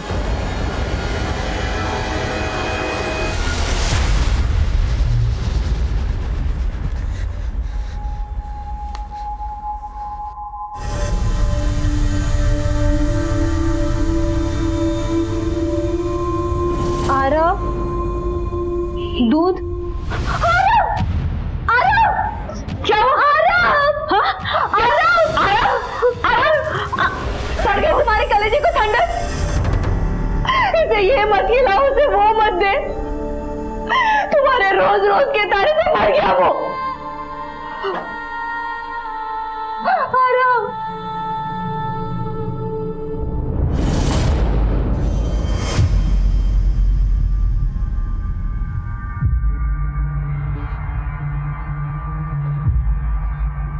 अजी, क्या हुआ रेणु की बहन का? रेणु की बहन? वो जो चेन्नई में रहती है ना, उसकी तबीयत कैसी है?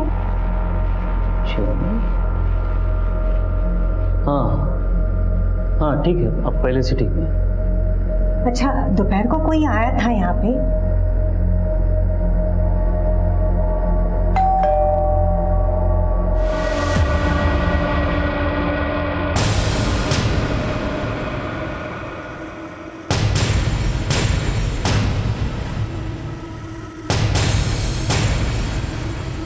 क्या हुआ? अब भी किसी टेलीमार्केटर का फोन था? ये चेन्नई में तुम्हारी कौन सी बहन है?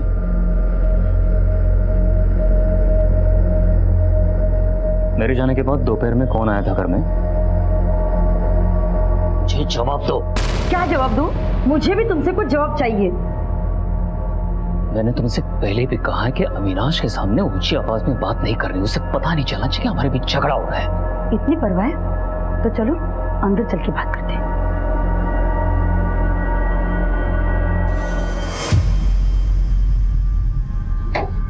बोलो, क्या बोलना चाहती हो? बच्चा मुझे नहीं, तुम्हें चाहिए था। और ये सब जो तमाशा। धीरे बोलो, चिल्ला क्यों रही हो? अविनाश सुन लेगा। इतना छोटा बच्चा है, क्या सोचेगा जब उसे पता चलेगा कि उसकी माँ उसे पैदा ही नहीं करना चाहती थी? तब तो उसे ये भी पता होना चाहिए कि उसका बाप क्या है। आपके पड़ोस में जो शांता रहती थी उसके बारे में आप कुछ बता सकते हैं? शांता बहुत अच्छी औरत थी साहब। इधर सब उसे चाहते थे। वो हमेशा सीधा बात करती थी और गलत काम उसे पसंद नहीं था। शांता अम्मा इधर ही मेरे बाजू में अपना ठेला लगाती।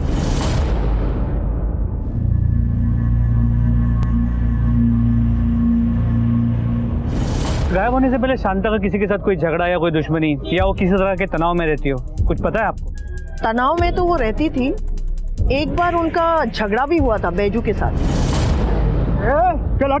चलिए क्या कर रहा तू? शांता, क्या कर रहा है? चुप रहे, चल। एक बात सुन ले कान खोल के, इस मार्केट में अगर धंधा करना है ना तो बैजू को कभी मना नहीं कर सकते। अगली बार अगर मैं आया ना तो जबान पे ना नहीं होना चाहिए। तू धमकी दे रहा है शांता को?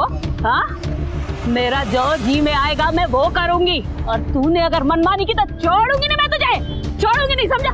ये क्या करो? हट, हट, हट यहाँ पे।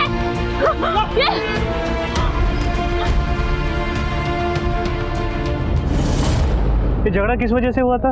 अम्मा का एक प्लॉट था, उन्होंने वो बेचा था 6 लाख रुपए में, तो शायद उसी के लिए वो झगड़ा हुआ था। हाँ, मुझे पता था। गांव की एक ज़मीन बेची थी जिसके 6 लाख रुपए आए थे, पर वो पैसे कहाँ गए, उन पैसों का अम्मा ने क्या किया, मुझे नहीं पता। अगर आप लोगों को मुझ पे भरोसा नहीं तो आप लोग मेरे घर की तलाशी ले सकते हैं। मार्केट में तुम्हारी माँ का एक बैजू नाम के आदमी के साथ झगड़ा हुआ था, तुम जानती हो उस बैजू को? मैं किसी बैजू को नहीं जानती, और अम्मा ने किसी झगड़े का जिक्र भी नहीं किया। कोई घर की तलाशी लो। Okay sir.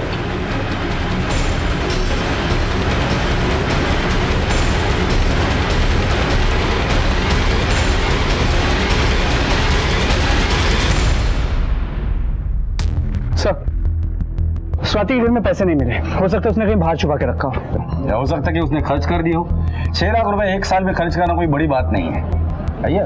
अगर ये मर्डर स्वाति ने किया है तो वो उसका अकेले का काम नहीं है, जरूर किसी की मदद ली होगी। एक प्लान मर्डर है। इस कत्ल को छुपाने के लिए कातिल ने बड़ी मेहनत की है। इस स्वाति की डिटेल इंफॉर्मेशन मुझे चाहिए। उसे कॉल रिकॉर्ड निकालो जब से शांता गायब हुई तब से। फिलहाल हमें एक ऐसे आदमी की जरूरत है जो इन माँ बेटे के बारे में अच्छे से जानता हो। शांता को मारने के लिए स्वाति के पास 2 मोटिव थे। एक तो उसे पैसों के बारे में पता था और दूसरा वो शांता से परेशान थी। और स्वाति के अलावा हमारे पास और एक स्ट्रॉन्ग सस्पेक्ट है बैजू, उसे भी शांता से बैर। उठाकर लेकर आओ इसे। सर। पापा मुझे बर्थडे पर एक क्रिकेट बैट चाहिए। अच्छा, क्रिकेट बैट चाहिए? हाँ बिल्कुल मिलेगी बेटा, लेकिन तब जब तुम्हारे एग्जाम में बहुत अच्छे मार्क्स आएंगे तब। लेकिन पापा बर्थडे से एग्जाम को क्या लेना देना पापा? अरे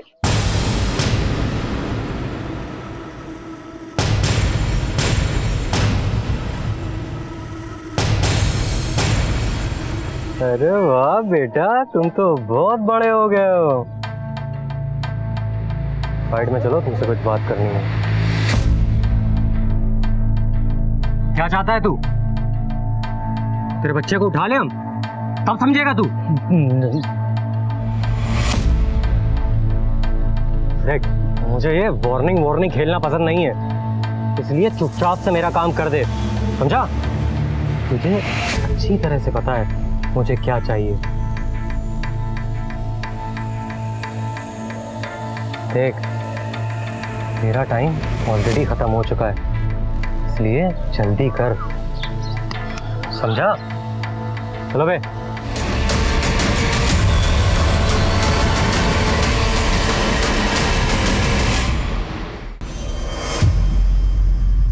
शांता को क्यों मारा और 6 लाख रुपए कहाँ है? मैं शांता को क्यों मारूंगा साहब, और 6 लाख क्या बोल रहे हो, मेरे समझ में नहीं आ रहा साहब। तेरा और शांता का झगड़ा हुआ था उसके लॉटरी के स्टॉल पर। उसके बाद तूने उसके लॉटरी की टिकट फाड़ दी, जला दी थी, और तुम दोनों ने एक दूसरे को जान से मार देने की धमकी दी थी। किस बात पे झगड़ा हुआ था? साहब वो लॉटरी का टिकट बेचती थी, लोग अपना ब्लैक मनी वाइट करने के लिए उससे टिकट खरीदते थे।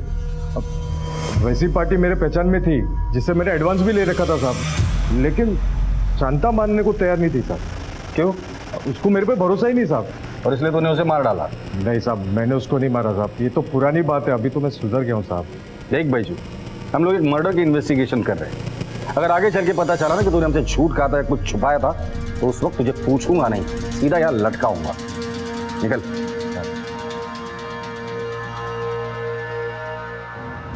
पुलिस को अब एक ऐसे इंसान की तलाश थी जो शांता और स्वाति दोनों को ही अच्छी तरह से जानता हो, और वो था स्वाति का पति रमन।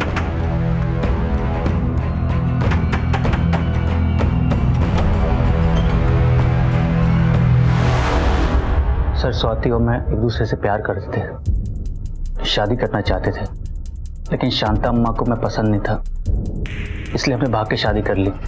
क्या स्वाति शांता अम्मा से इसलिए नाराज थी कि वो तुम दोनों के बीच सुलह करना चाहती? हो सकता है सर, इसमें कोई बड़ी बात नहीं है। स्वाति तो हमेशा शांता अम्मा से नाराज होने के मौके ढूंढती थी। मतलब सर, स्वाति हर एक छोटी घटना के लिए शांता अम्मा को जिम्मेदार मानती थी, यहाँ तक कि जब आरब ने अपनी बीमारी के चलते आत्महत्या की तो उसका जिम्मेदारी भी उसने शांता अम्मा को ठहराया।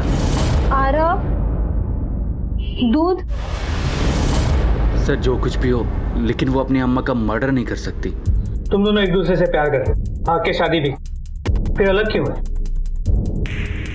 सर, मेरी गलती की वजह से मुझे दारू की लत थी, उसने काफ़ी बार मुझे रोका, मैंने कोशिश की, लेकिन छोड़ नहीं पाया। शराब की वजह से मेरी नौकरी चली गई और उसी दिन स्वाति मुझे छोड़ के चली गई। जब इतना सब कुछ हो रहा था तो शांता माँ ने कुछ करने की कोशिश नहीं की? सर, उन्होंने मुझे अपने घर बुलाया था। तुम दोनों को अपनी गृहस्थी के बारे में सोचनी चाहिए। लेकर के जा इसे अपने साथ। जो कुछ भी बात है आपस में बैठकर सुलह कर लो तुम लोग, समझे?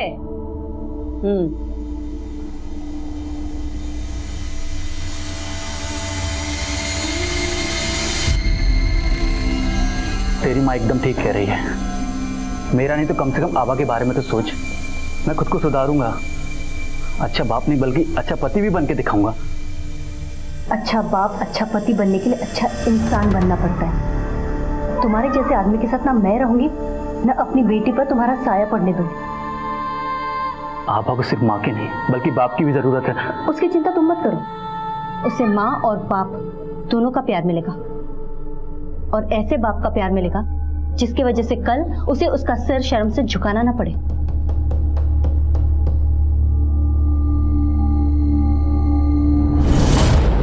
जब ये सब कुछ हो रहा था तो शांता माँ ने कुछ नहीं किया? शांता अम्मा के पैर के इलाज के लिए एक नर्स आती थी, शायद उसे कुछ पता हो। 1 साल पहले ड्रम में मिली लाश वाले केस को अब 2 महीने हो गए हैं।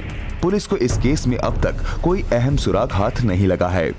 ये केस अब और पेचीदा होता जा रहा है और पुलिस के लिए कठिनाइयां बढ़ती जा रही हैं।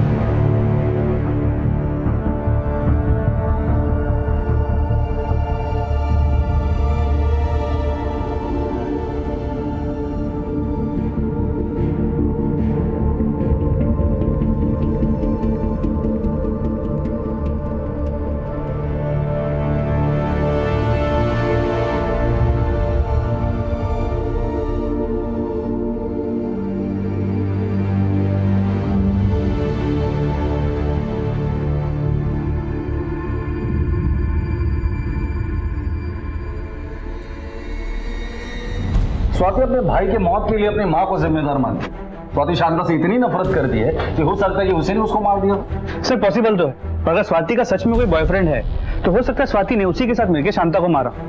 एक पॉसिबिलिटी और भी हो सकता है, शांता स्वाति को रमन के साथ उसके घर जाने के लिए फोर्स कर रही, इसलिए स्वाति ने शांता को रास्ते से हटा दिया। अब शांता का घर भी उसका हो गया, पैसे भी, और अब वो आजाद भी है। ये स्वाति और शांता के कॉल रिकॉर्ड्स आ गए? भी सर आ गए। स्वाति के कॉल रिकॉर्ड अच्छे से चेक करना। देर रात तक उसने किसी से बात की है वो देखना, और कितने देर तक बात की है वो भी चेक करना। हो सकता है कि वो उसका बॉयफ्रेंड हो। और शांता के कॉल रिकॉर्ड्स भी क्रॉस चेक करना। सर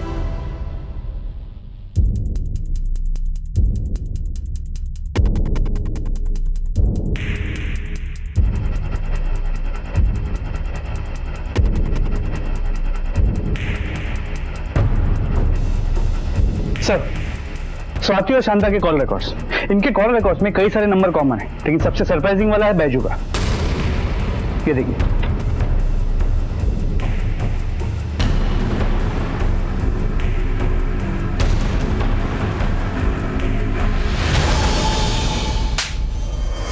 तेरा पुराना रिकॉर्ड वैसे भी अच्छा नहीं था, और इस बार तो तूने अपना पुराना रिकॉर्ड भी तोड़ दिया।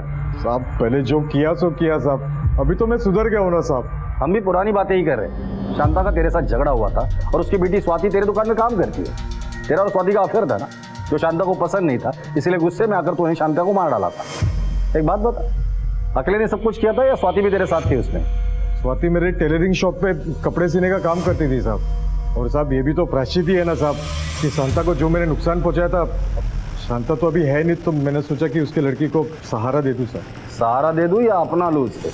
आप बोल रहे हो साहब, मेरे कुछ समझ में नहीं आ रहा सर। कुछ दिन लॉकअप में रह ले, तब याद आ जाएगा। अरे साहब मेरी बात तो सुनो साहब, मैंने कुछ नहीं किया कसम से। वो सच बता रहा है। मेरा उसका बस इतना वास्ता है कि मैं उसके दुकान के लिए काम करती हूँ। राउडी आदमी है, इसलिए मैंने उसे पहचान बताने से मना किया था।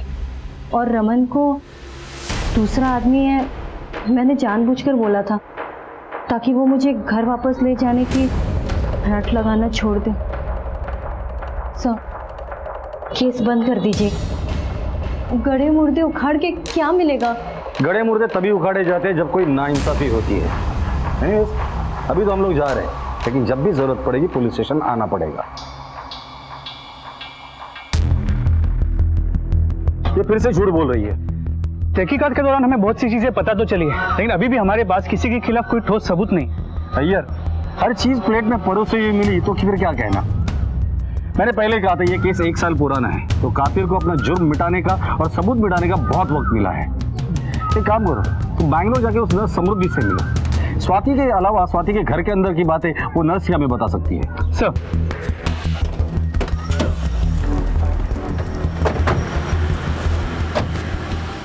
सर शांता दीदी तो यहाँ कभी आई ही नहीं। उनकी मौत के बारे में सुनकर बहुत दुख हुआ। बहुत ही स्ट्रांग लेडी थी वो। उनकी जिंदगी बहुत ही मुश्किल भरी थी, शायद इसीलिए बहुत स्ट्रांग थी।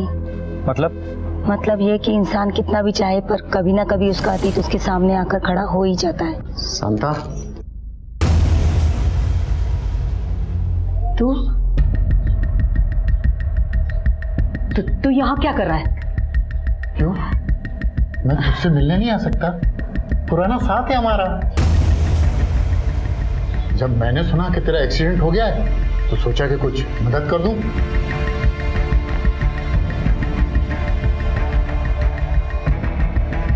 मैंने सुना कि स्वाति अपनी पति का घर छोड़कर आ गई है और कुछ काम ढूंढ रही है। वो अगर चाहे तो मेरे साथ काम कर सकती है। ये कुछ पैसे रख लो, काम आएंगे। दफा हो जाए यहाँ से। गुस्सा क्यों करती है? मैं तो तेरी मदद करने आया था। थूकती हूँ मैं तेरे पैसों पर और तुझ पर। और मेरी बेटी के बारे में ऐसी बात सोचने की तेरी हिम्मत कैसे हुई? 2 पैसे के धंधे वाली आज शरीफ बन के बैठी है। अरे तू अपना पता ठिकाना बदल करना दुनिया को धोखा दे सकती है, मुझको नहीं, समझी? और तेरा ये लॉटरी का धंधा है ना, आज का है। अब मैं बताऊं दुनिया को तेरा असली धंधा क्या था? कल क्या थी तू? मंजुनाथ, मैं तुझे क्या करते? बाहर जाइए वरना मैं पुलिस को बुला लूंगी। मैं भी देखता हूँ कब तक अपनी बेटी को बचाती। इस धंधे में तो मैं उसको खींच के ही रहूंगा, समझी? मंजुनाथ, जब तक मैं जिंदा हूँ मेरी बेटी की तरफ आंख उठाकर भी देखा तो देखना मैं तेरा क्या हाल करती हूँ। बाद में उन्होंने बताया कि 2 छोटे बच्चों की जिम्मेदारी थी और सर पर छत भी नहीं थी। उनका पति जेल में था। मजबूरी में उन्हें मंजुनाथ के साथ काम करना पड़ा। शांता ने जमीन बेच के उसे 6 लाख रुपए मिले। तुम्हें पता है उस पैसे का उसने क्या किया? सर शांता दीदी ने मुझे बताया था कि वो 6 लाख रुपए की फिक्स डिपॉजिट कराने वाली और वो स्वाति की बेटी आभा के नाम करने वाली थी। अच्छा, ये स्वाति, उसका किसी के साथ कोई अफेयर था? किसी के साथ कोई चक्कर? सर उनके घर के पास ही एक आदमी था जिनके साथ स्वाति का चक्कर चल रहा था। जब शांता दीदी को इसके बारे में पता चला तो मैं जानती हूँ उसे, वो अच्छा आदमी नहीं है। मैं जानती हूँ आप ये सब क्यों बोल रही हो। क्या जानती है तू? बोल, मुझसे बदला ले रही हो। मैंने तुम्हारी बात कभी नहीं मानी ना, इस बात का बदला। और वैसे भी मैं तुम्हारी तरह कईयों के साथ मुंह काला नहीं कर रही हूँ। प्यार करती हूँ उससे। स्वाति की बातें सुनकर शांता दीदी बहुत उदास रहने लगी थी। मैंने अपने जीवन की हर मुश्किल को भगवान की परीक्षा समझकर स्वीकार किया है समृद्धि, लेकिन अब मैं बहुत थक गई। आखिर कब तक?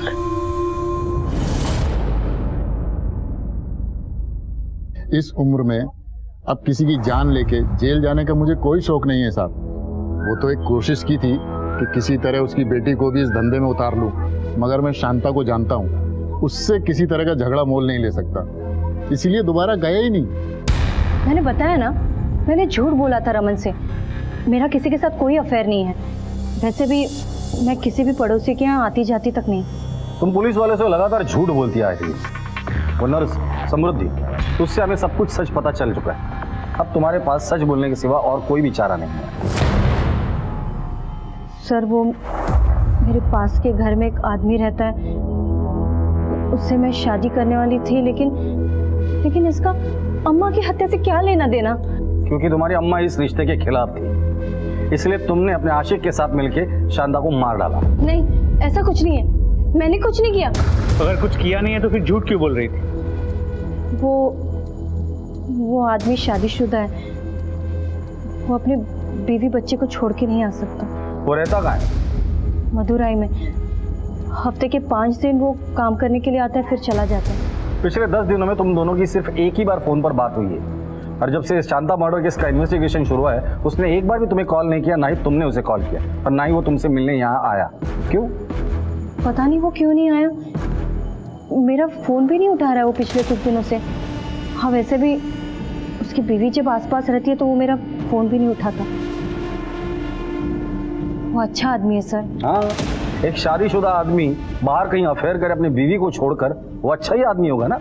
उसकी शादी उस औरत से एक जबरदस्ती की थी। शादी से पहले वो प्रेग्नेंट हो गई थी, उसे तो बच्चा नहीं चाहिए था। ये शादी तो सिर्फ एक नाम की शादी थी। बेचारा फंस गया था जैसे मैं फंस गई, पर बच्चे को तो कोई नहीं छोड़ सकता ना। उसका एड्रेस दो हमें।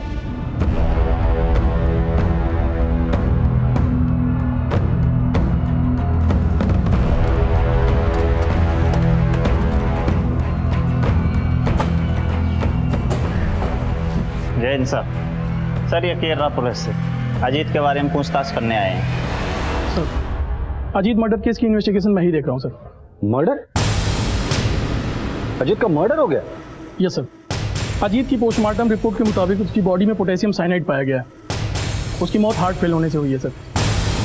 घर पर कौन कौन है उसके? उसकी बीवी और बच्चा है सर।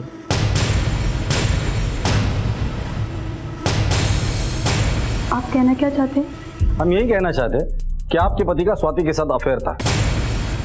जब इस अफेयर के बारे में आपको पता चला तो आपने अपने पति को मार डाला। स्वाति? अफेयर? ये सब क्या है? मैं नहीं जानती इस स्वाति को, मैंने तो ये नाम भी पहली बार सुना है। मुझे ऐसा कुछ पता नहीं है। वो ऐसे आदमी नहीं थे, वो कभी मुझे धोखा नहीं दे सकते थे। तो फिर आप दोनों के झगड़े किस बात पर होते थे? अजीत को जुए की लत थी, उस वजह से उन पर बहुत कर्जा हो गया था। मुंबई पे लगा, बेंगलोर पे नहीं।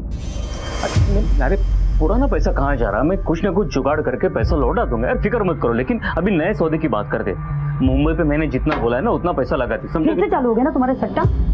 मना किया था ना ये सब करने को। हाँ, मुझे सिखाओ मत, हटो।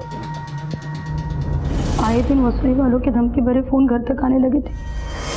मैं परेशान हो गई थी और मैंने उनको ये बात इसलिए नहीं बताई क्योंकि वो पहले से डिप्रेशन में थे, इसलिए ये बात मैं उनसे छुपाती रही।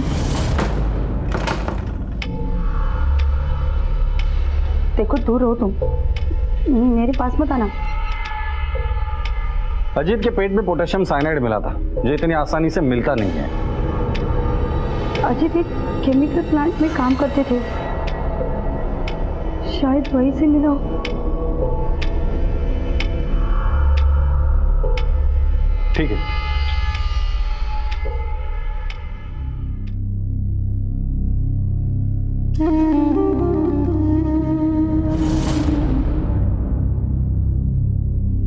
ले, मुंह खोल। आरब दाल चावल है, थोड़ा तो खा ले। स्वाति, कितनी बार बोला तुझे अपने काम से काम रख? बस अम्मा, आरब को खाना खिला दो फिर काम करती हूँ। अरे भूख नहीं है उसे, रख दे इधर, जब भूख लगेगी खा लेगा वो। और ये क्या बिस्तर पर लेटा हुआ है? डॉक्टर ने बोला है ना थोड़ा थोड़ा बैठने के लिए। इंच भर भी इधर उधर हिलेगा नहीं तो ठीक कैसे होगा जल्दी से? अम्मा, पर तुझे पता है ना कि इसे खिलाना पड़ता है।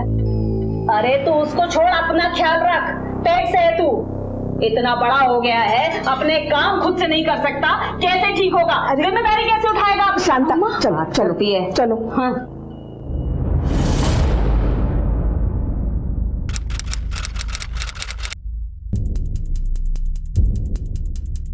सर, अजीत तो पिछले 10 दिनों से काम पे ही नहीं आया। हो सकता है पोटेशियम साइनाइड उसने इसके पहले चुराया।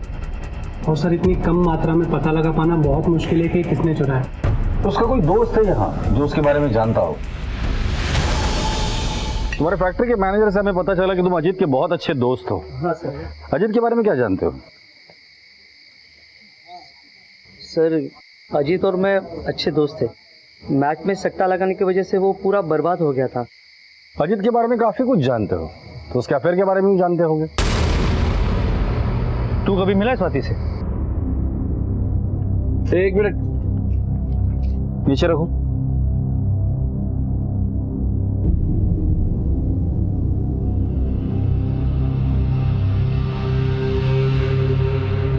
रख दो इसे। अजीत ने पोटेशियम साइनाइड के अलावा कभी फैक्ट्री से ड्रम भी चोरी किया था? नहीं सर, चुराया नहीं था, मांग के लेके गया था। उसने मांगा और तुमने दे दिया। दोस्त था ना तुम्हारा, दोस्त ने कहा चलो खून करते हैं, तो तुमने खून भी कर दिया। सर मैं कुछ समझा नहीं सर। क्यों, न्यूज चैनल देखता नहीं क्या? न्यूज में देखा नहीं, एक औरत की लाश ड्रम में मिली थी और उसके कातिल को पुलिस ढूंढ रही है। सर मैं कुछ समझ नहीं पा रहा हूँ, ये सर आप मुझे क्यों बता रहे हैं? अजीत तुम्हारा दोस्त था ना, इसलिए तुम्हें बता रहे। उस ड्रम पर हमें 2 लोगों के फिंगरप्रिंट्स मिले, एक अजीत के और दूसरे किसके, ये हमें पता करना है। तो उसका दोस्त है ना, तो जाहिर सी बात है वो तेरे ही होंगे। लेके चलो इसे, फिंगरप्रिंट ले दे। चल बैठ।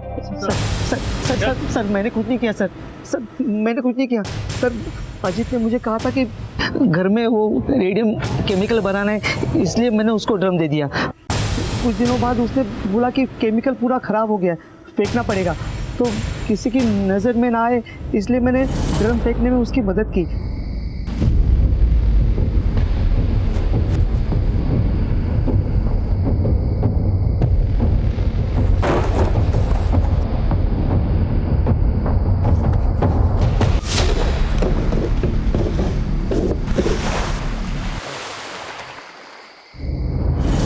अजीत ने झूठ बोलकर ये काम मुझे करवाया। ये मुझे तब पता चला जब टीवी पर मैंने शांता की लाश ड्रम में देखी। अजीत ने शांता को क्यों मारा? पैसों के लिए? पता नहीं सर, लेकिन सबसे बड़ी बात ये है कि अजीत शांता को तब से जानता है जब वो धंधा करती थी। 2-3 बार वो उसका ग्राहक बन के भी गया था सर। शांता को अजीत और स्वाति के चक्कर के बारे में पता चल गया था, तो शांता ने अजीत को बहुत सुनाया था सर। ये अजीत ने खुद मुझे बताया सर।